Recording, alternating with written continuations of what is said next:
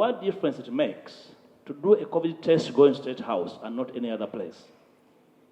Yeah, because we send mixed signals to citizens when regarding COVID. That actually, wherever the mention of State House is mentioned, then COVID comes into play. Can we get information on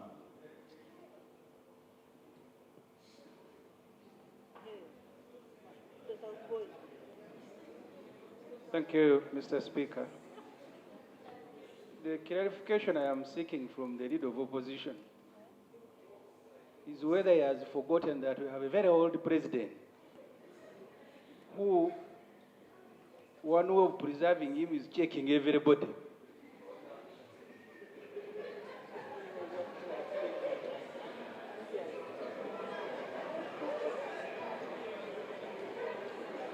Right, Honourable Speaker, I must confess to my honourable brother that I have lost count of the age of the president, so I do not know his level of vulnerability, but I also know there are equally other old people in Parliament and outside Parliament. But on a very serious note, right, Honourable Speaker, we need to understand what is it about State House, or the presidency for that matter, and COVID.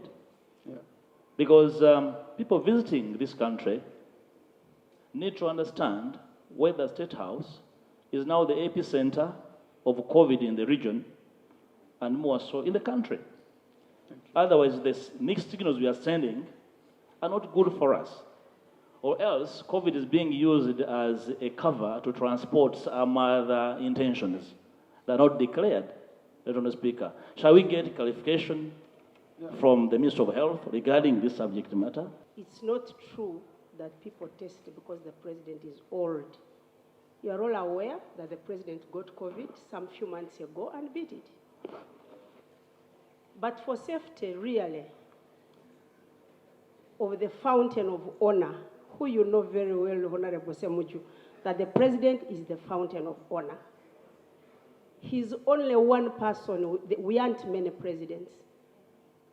And so we need to protect him. And to protect him, the Ministry of Health has got a committee which they call the Scientific Committee. The Scientific